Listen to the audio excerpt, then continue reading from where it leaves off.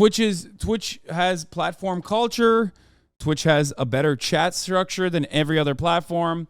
There's still plenty of reason to stay on Twitch, and that's precisely the reason why plenty of people do stay on Twitch. I'm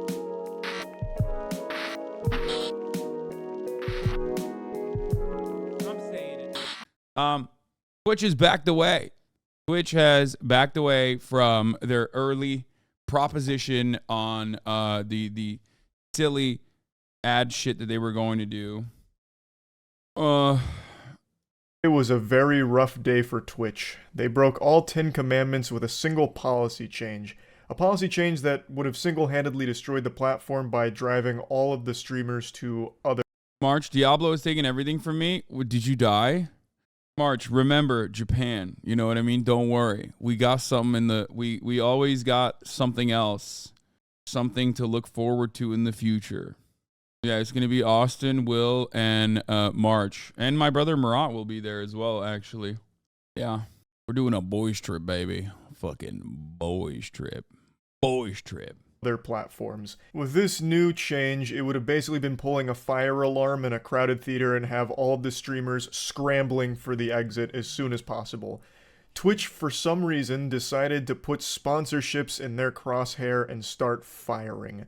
They released an update that would reduce their streamers' ability to have sponsored content through their streams, which is most streamers' main revenue source.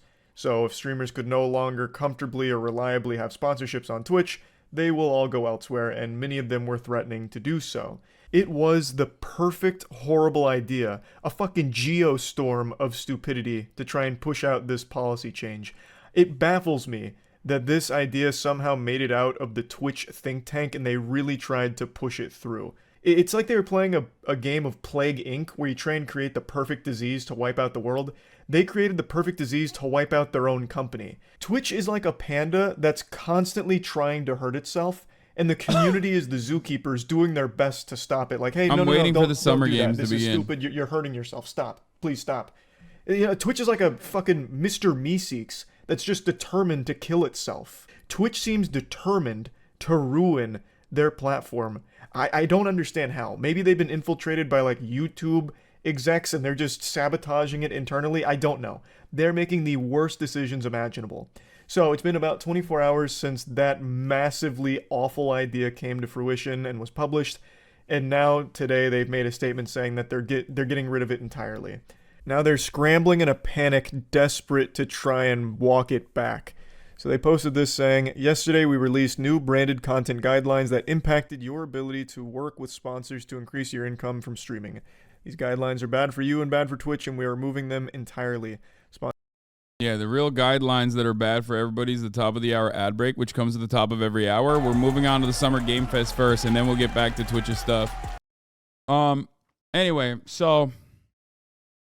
Sponsorships are critical to streamers' growth and ability to earn income. We will not prevent your ability to enter into direct relationships with sponsors. You will continue to own and control your sponsorship business. We want to work with our community to create the best experience on Twitch, and to do that, we need to be clear about what we're doing and why we're doing it. We appreciate your feedback and help in making this change. Now, on the surface, that sounds jolly good. That sounds dandy. Very simple and easy to understand. We fucked up. We released these new guidelines that reduced your ability to get sponsorships on your own and generate income through those sponsorships. So we're removing those guidelines. Very cut and dry, very easy to understand. No wiggle room for confusion. You know, we're not out here trying to understand the Silmarillion. It's just very simple. We're removing those guidelines because we recognize that it inhibited your ability to get sponsorships. So then why is the exact same language from yesterday still in their terms of service? When you go to their terms of service, they still have the exact same fucking policy that they tweeted about yesterday with the exact same language. Yesterday they tried saying that it was just a misunderstanding, that everyone misconstrued their statements because they made it too broad. But then today coming forward saying that, you know, it really wasn't a misunderstanding. These rules actually did just impact your ability to get sponsors, so they're removing them. Yet in their announcement about them being removed, they're still clearly here in their terms of service with the exact same language. So why are you claiming that they're removed if they're still there? That seems like a blatant lie to me, unless there's something I'm misunderstanding here. But it seems like they're trying to pull a quarter out from behind my ear and call it magic. It's still there. The policy has still made it to the terms of service, despite their tweets kind of leading people to believe the opposite is true. So I don't exactly fully get what the fuck has changed then. The policy is still there. So why are they tweeting as if they did some kind of heroic good deed by listening to the community and removing those restrictive guidelines on sponsorships? That just seems very misleading. Now, I watched Ludwig's video on it, the Mogul Mail, and he made a point that I think he's probably right on the money with. I believe the policy here with the advertisement is supposed to target things like Stream Elements or other companies that are able to sell ads at scale and kind of go through that process as opposed to attacking individuals for sponsorships. But it's very important to note that with the way the policy stands, it very well could be used against individuals. They can enforce it against any streamer they want. It doesn't have to be reserved for just corporations. So again, this would have to be a wait and see situation on how they choose to enforce it. But they could, for example, slap me if during one of our Moist Esports watch parties we play an opera ad that we made where I'm a fisherman and I catch a big opera fish, right? They can punish me for that with this new policy in place. It's just a matter of whether or not they'll choose to. Again, YouTube does have a very similar policy and they don't enforce it at all, really, not against individual streamers, and I haven't seen it enforced against any companies either. So Twitch could follow suit with that, but there's no telling. We don't know. But what I find extremely scummy is the way they're misleading people into thinking that this entire branded content policy is gone now, when it's not. It's still very much in effect. So I don't know why they're pretending that it's different. It's worked though. This has been a big PRW for Twitch here, because if you look at the comment section on the Twitch post, everyone's like, thanks for listening, Twitch. It really means a lot that you take notice of community feedback and respond accordingly. Which makes it clear that they have been able to slyly bring this policy to the platform without people taking too big of a notice. The goddamn Decepticons came in here from Twitch and they really pulled the I had to open the gate for the contractors. They got a PR win by pretending, they're making it seem like they listened to everyone's backlash and got rid of that evil policy that, you know, slipped through the cracks and missed the mark, when in reality, it's still there. And it's just a matter of how they're going to enforce it going forward. So, overall, that's pretty shitty, but it gets a bit worse for Twitch because I didn't even know this until today after watching Ludwig's video. They actually very sneakily introduced a couple new policies as well that I've only seen a little bit of talk about. One of them is simulcasting. So for those that don't know, simulcasting is the ability for a stream to be broadcast in multiple platforms at the same time. So let's say I'm playing Street Fighter 6, I'm fucking climbing all the way up to Masters like I'm known to do because I'm an absolute Street Fighter fucking deity.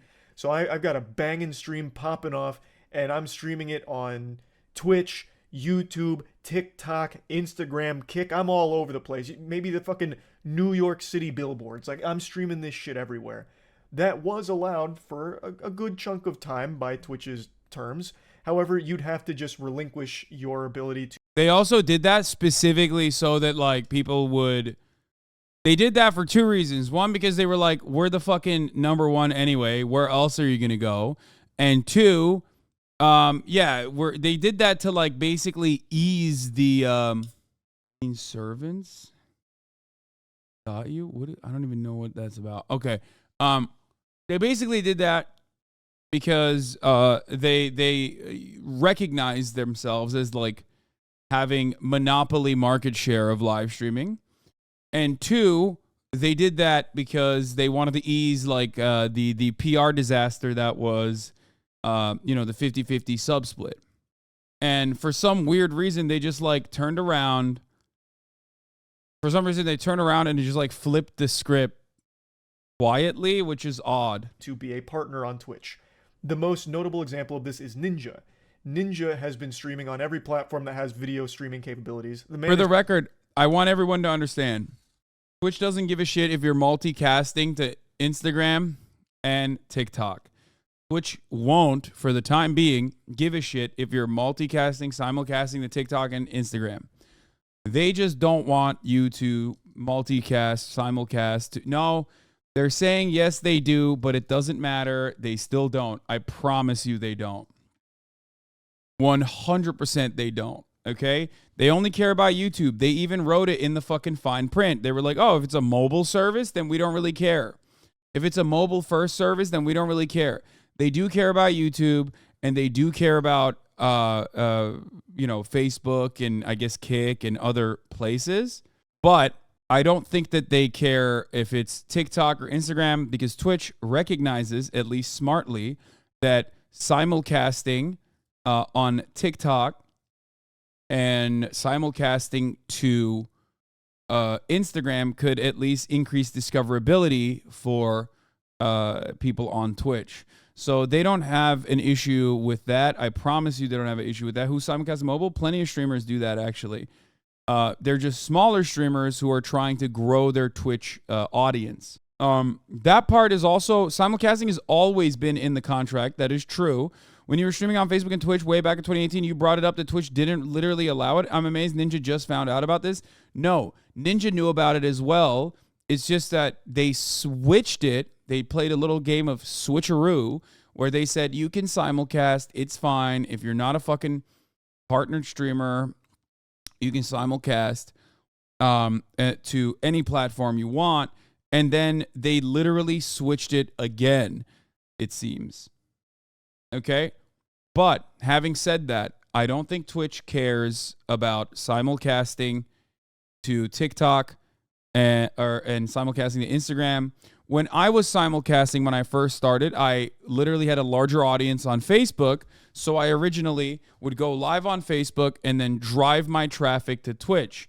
Obviously, at the time I talked to people at Twitch, and they were like, normally this wouldn't be allowed, but it's very clear that like this is done to, create a larger audience and bring in new people to Twitch, so we don't give a shit. And that's kind of what it is. That's the situational, like that's the context in which they will allow certain things like this to happen. Okay? That's it. Because they want, like, they understand that simulcasting can be helpful for pushing traffic to Twitch. So they're also partially fine with that.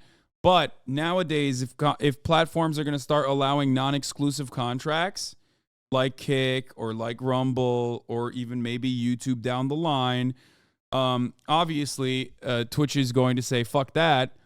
You can't be partnered, or you can't even be an affiliate and get a contract from another platform and then use your audience that you have on Twitch to develop your audience on other platforms. I think they should allow it. I think it's fucked up to have a non-compete. Okay? But that's it. He's streaming everywhere. He's probably streaming on your fucking university exclusive streaming platform at this point. He's everywhere. And he's able to do that because he's no longer a partner on Twitch. He doesn't make any money directly through Twitch. That's how he's able to do simulcasting. But Twitch has now introduced a new policy where he can't do that anymore. No one can do that anymore. And that affects mainly smaller streamers and Ninja. Ninja had a whole speech about it, and he's right on the money. Since he can't do that anymore, he's not going to stream on Twitch, because the options are stream on Twitch where he's making no money and can't make any money on Twitch, or stream to like 20 different platforms at the same time. The choice is obvious. And that's the same reality for a lot of small streamers that do the same thing, where they... For the record, I don't think the choice is obvious. I don't think the choice was obvious at all. I think that is actually, that I do legitimately think that that's a very interesting choice, but I don't know how it will. I don't know how it'll pan out. Why are you saying what? It's not that.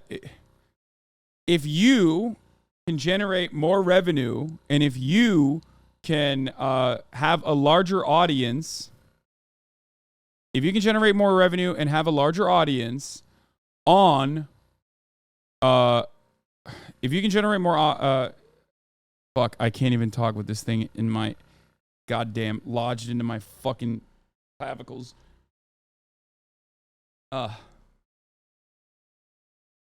Yeah, bro, Charlie been awful with these takes. No, I'm just saying, like, I don't think he's awful. I think that's his personal perspective, but it's entirely dependent on where you generate more revenue. If you have more visibility, if you have a bigger audience on Twitch, then you would spread out onto like 8 different platforms. Of course you're going to stay on Twitch. It makes no sense. Like Twitch has platform culture. Twitch has a better chat structure than every other platform. There's still plenty of reason to stay on Twitch. And that's precisely the reason why plenty of people do stay on Twitch. It's situational, but you know, that's the reason why I, despite having options to go to other platforms, have chosen to stay on Twitch. You know what I mean? Okay, chat is freaking the fuck out. Apparently, Will's character died. Is that why? A big reason why Aiden Ross drama baits is largely because Kick's visibility is nowhere near Twitch's, so he does these things to maintain relevance. Yes, to maintain relevance for himself and to maintain visibility for the platform as well.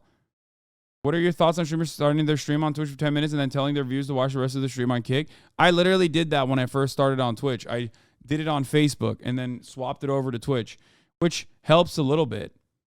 Wait, Will didn't die? The guy boosting him died? Not Will, Kaboom the GOAT.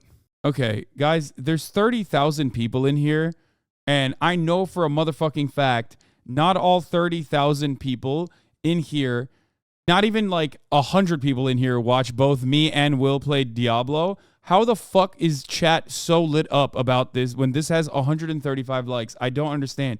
Where are you coming from? Where do you go? I don't really know. Like, where do you go when both Will and I are playing Diablo? Like, where is this? This minority is more of a vocal minority than the evangelical base of support within the Republican Party. It's very odd. Like, I fucking finished the game last night with 8,000 people watching, okay? It's the lowest number of live concurrent viewers I've had since, like, 2019, pretty much. And it's wild to me that, like, in a 30K fucking chat, you motherfuckers are still the loudest. Like, how? How is that possible? Anyway. All right. Well, RIP to Kaboom, the person who was boosting Will, the GOAT. Okay, let's get back to the Twitch situation. They plant their feelers out as many places as they can to grow an audience. You've got to spread your wings. You know, you got to put your tendrils all over the place. So a lot of streamers, when they're starting out, will stream as many platforms as possible at the same time to try and grow their brand. No longer can they do that. So that's kind of a big deal for a lot of people, I would imagine. And I don't think many people have recognized that they changed their rules regarding simulcasting. And then the last little curveball Twitch surprised everyone with was a new contract that all their partners will need to sign, where they review and accept the new terms of service. And if they fail to do so, they lose their partnership. They get made into an affiliate until they accept the contract. And to go even a bit further here, if they choose not to accept the contract or like they terminate the agreement, they're going to be charged $25 for the termination. I don't really understand the necessity for this. Like, that's so dumb. Like, I actually don't know what this is. You charge. Like, why? An actual suck my dick fee. Like, that's crazy. Just a $25 charge just because, fuck you. That's wild. So that's another thing that's happening right now. So you need to review and accept the terms in order to keep your partnership. And if you don't do it in a timely fashion, you're going right back down to affiliate until you decide to play ball with Twitch and you comply with their demands. This whole thing is just so silly.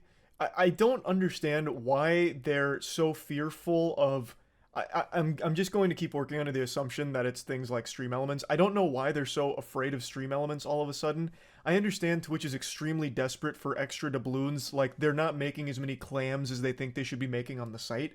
But this is just such a crazy reaction to the existence of things like stream elements, because it can be enforced in a really terrible way for the health of the platform, and it's just pretty scary in general for streamers. Aren't I under legal contract not to shit on Twitch or Amazon? I don't know, but that would be fucking ridiculous if I got banned for criticizing the fucking platform that I have a contract with, especially when I run the 3-minute ad breaks at the top of the hour.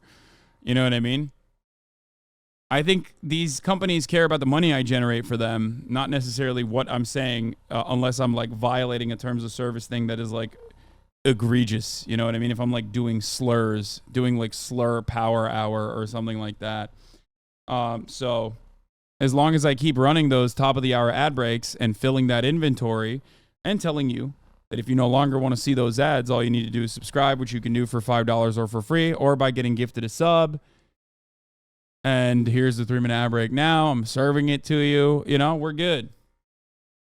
That makes them feel unsafe and unwelcome on Twitch, where at any moment Twitch could fuck them up for their sponsorships. Like that's just something that is a legitimate concern and a big driving factor in why so many streamers would want to go to other platforms. I don't know why they can't recognize that. This announcement came with something that is a legitimately good change, which is a tool that allows you to easily disclose when you're sponsored by someone or something. It's just a button you click to let people know that you are sponsored. That's a requirement for like every other site ever, so it's about time Twitch got one of those. But then they coupled that with all of these other awful changes that do nothing but make the site worse. I just don't understand why they're so determined to ruin the platform. They're not getting anything back from all of this. They're just losing over and over again. And I'm confident this won't be the last time Twitch makes a very greedy, out-of-touch policy change. It just comes across as like penny pinching. It doesn't signal confidence in the platform. It literally feels like, it feels unnecessarily, it feels unnecessarily penny pinchy. Like, it doesn't make any sense whatsoever. And I don't even know if the fucking short-term profits that you would get would be more than marginal. You know what I mean? It would just be tiny, right? I don't really like that at all. I actually am very... it's scary as a content creator on this platform. It does signal some trouble, in my opinion, and it scares me a little bit, I'll be honest.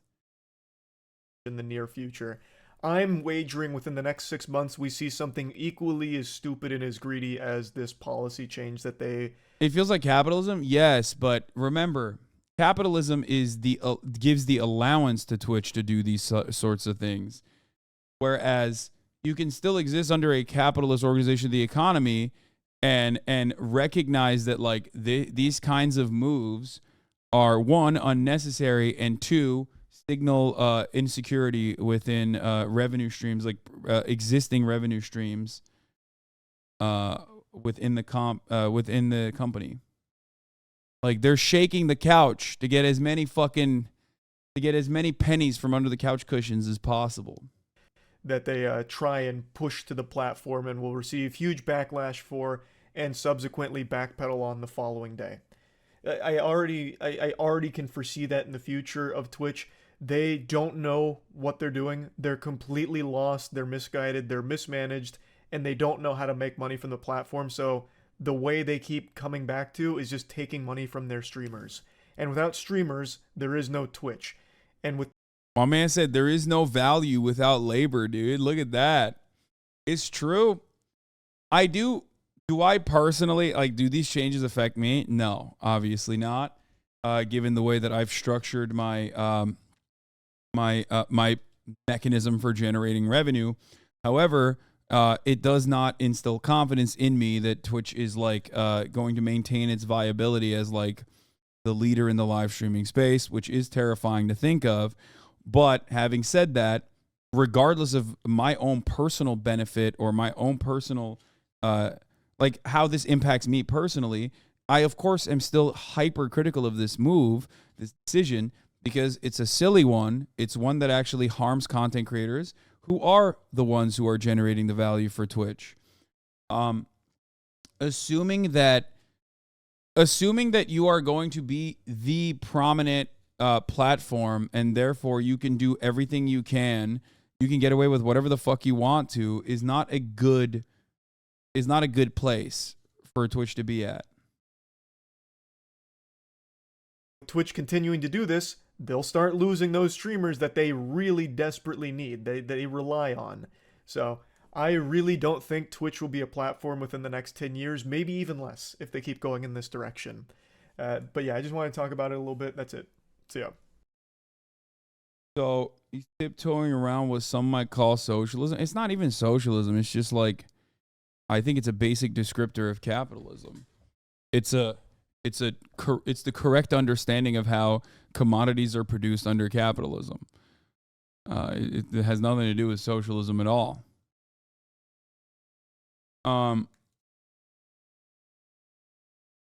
So I don't know. I don't know why this is. I don't fully understand why this is happening. I would like more clarity so I can understand what this is happening. Here's DJ Clancy, the CEO, in offering clarification on the branded content policy update. For those of you who don't know, Dan Clancy live streams on the platform regularly. We messed up in the policy. So it's not saying that, oh, the problem was it was misinterpreted. It was interpreted much more broadly than what had been intended in terms of the context of an advertisement plus a sponsorship. It wasn't intended to address many of the common sponsorships that were going on. But I don't think, to be clear, we were not saying that, oh, the problem was just the interpretation. We've been very clear. Our problem was what we put out there. It was very reasonable, I think, for people to interpret as they did. And that was our fault and a mistake. So we weren't saying, oh, you just missed it, that it was very broad. And now those contexts, we're trying to do it in terms of ads, not sponsorships, but we completely missed the mark. So, yeah, he plays music on his piano and takes requests on a stream. So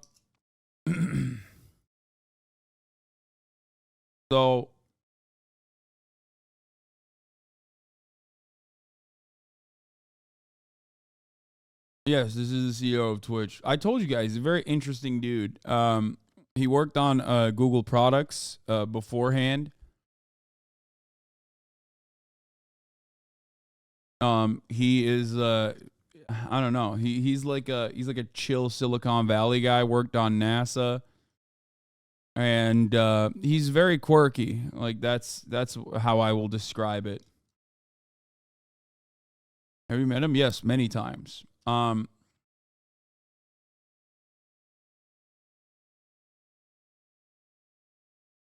Many times actually. But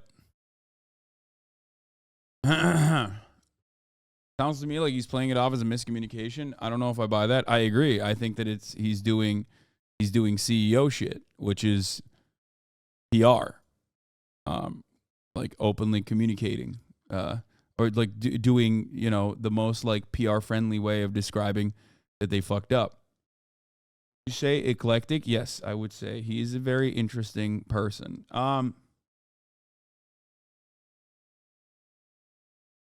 Megaphonics is actually correct. The most charitable interpretation that it is a problem of legalese versus actual enforcement. They had to put this stuff in the legal language, but it's one of those wink, wink, nod, nod things. But they can't openly admit that they're not planning on enforcing it because that would undermine them legally. So they have to dance around it.